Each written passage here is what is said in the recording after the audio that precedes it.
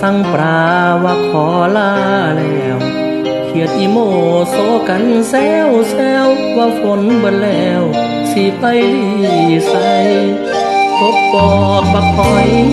ว่าคอยสิลอยเข้าหูปลาไหลหอยว่ามันเข้าบ่ได้หูมันบ่ใหญ่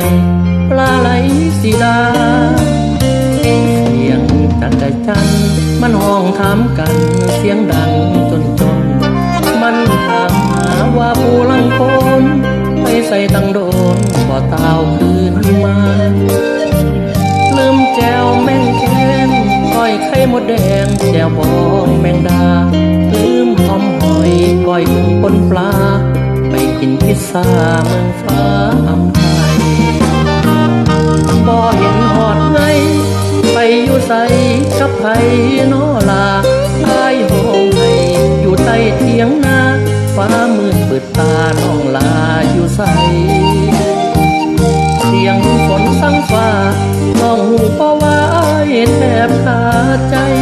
คือจังฟ้าน้องจากไปอายยืนห้องให้อยู่ข้างห้อง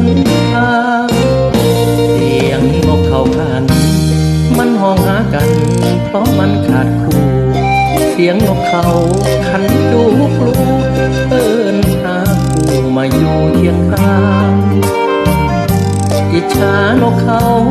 ที่แฟนเจ้าบ่ไกลไล่ทางแฟนบ่ายอยู่ใส่นอนางไอจอบแนมทาง